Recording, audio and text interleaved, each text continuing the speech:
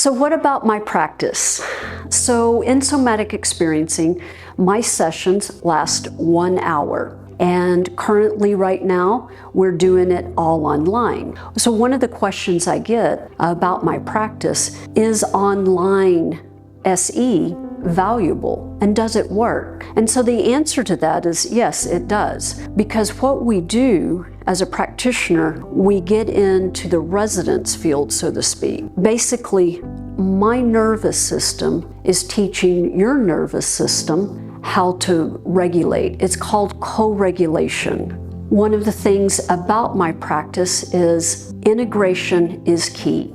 100%. So you do one session, and the goal is to have that session, you leave it feeling more resilient, more relaxed, and you go into your work week or your school or whatever it is, and you feel more like yourself. So the goal isn't to completely disrupt your nervous system. Instead, it is meant to help have the release so that you can have your fully functioning life. In somatic experiencing, and in particular in my practice, less is more. So one of the questions I get is, Diane, how often should I have a session? It really depends on what we're working on, what kind of trauma we're working on. And in particular, sometimes I see clients on a weekly basis, sometimes every other week. And for my more stable clients, it's once a month or 4 times a year. What does a session feel like, and what happens in a session? So it's just like this.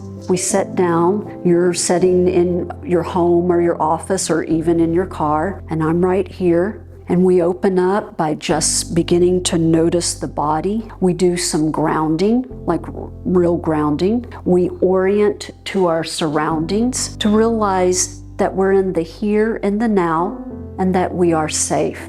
That whatever has happened in the past, yes, it has happened in the past, and you do have the physical sensations, but the trauma is not happening now. However, trauma by its very definition, it feels like it's happening now. You notice the anxiety, you notice the depression, and it creates a lot of sensations that can be overwhelming for a nervous system. And so our goal is to take a small chunk of those sensations and allow it to release. And say, for example, anxiety. With anxiety, sometimes we want to get up and we want to walk away or run away. And so we will notice how the legs feel.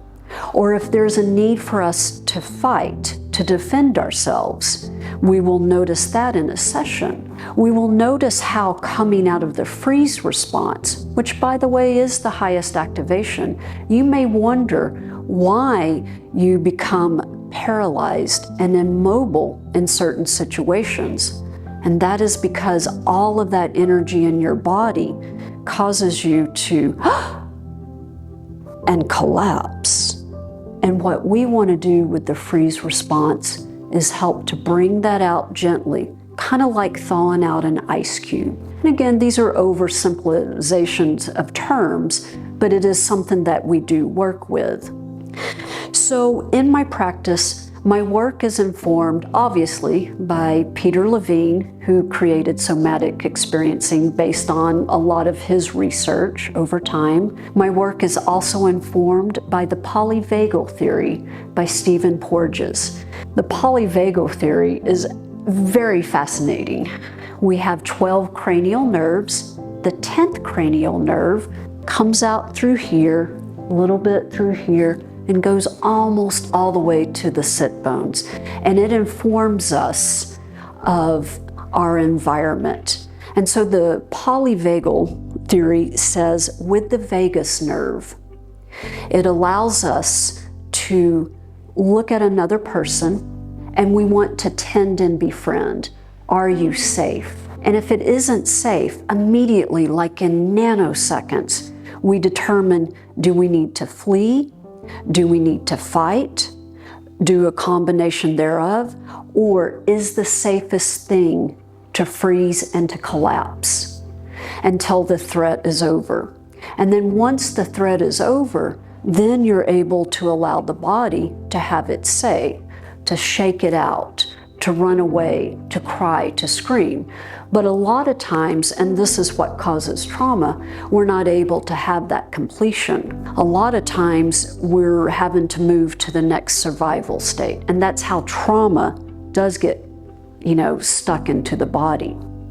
And again, our job isn't to re-traumatize you. It is to allow the goodness of this organism, which is so intelligent, to have its release. So my work is informed by the polyvagal theory. And the other piece that my work is informed by is attachment theory. So there's always someone who's there when a trauma happens, or maybe not. But attachment theory is how we relate to others in this world. And it doesn't matter what your attachment style is, we can always work with it and we can help you process the trauma. It is in my experience and in my practice that I have noticed that 10% is what we would call shock trauma. Auto accidents, medical surgeries, falling, things like that. The other 90% is relational trauma. And while we can't sit here and figure out why humans do what humans do, we can help ourselves by becoming more resilient, more relaxed, and heal our traumas so that we don't perpetuate it throughout the family systems. So attachment theory is part of the thing that informs my work as well. Again, who are the clients that I work with? High-functioning adults, meaning people who are out in the world looking for greater resiliency.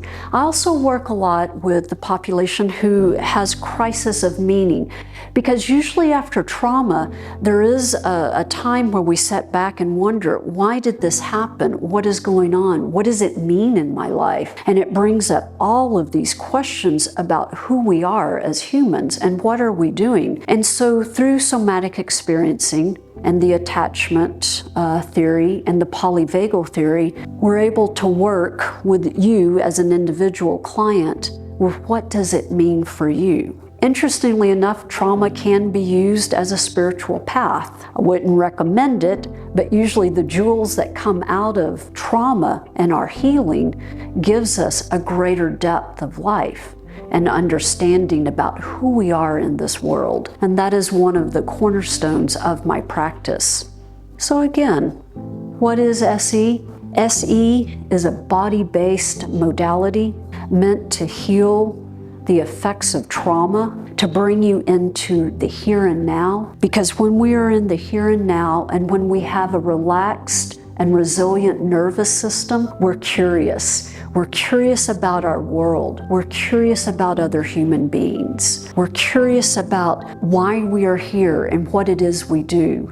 So, with all of that being said, do you think that you're a candidate for somatic experiencing? It depends. It's not for everyone, but for the vast majority of people, they do find relief from the symptoms of physical trauma and also emotional trauma. A lot of my clients go on to have happy lives. We don't spend a lot of time doing somatic experiencing. The people that do stay in my practice is because every once in a while they want a nervous system tune-up, and it begins to feel good. It feels good to be in co-regulation. It feels good to be in connection with other humans. And through somatic experiencing, we get on top of other traumas, so to speak. All of this to say is that we want to bring the resiliency to a place where there's homeostasis in the nervous system. We take our time, and with somatic experiencing, less is more, and the key is rest and integration. If you're interested in somatic experiencing, and if you find these videos helpful, please reach out to me, and I would love to have a conversation with you. Thank you.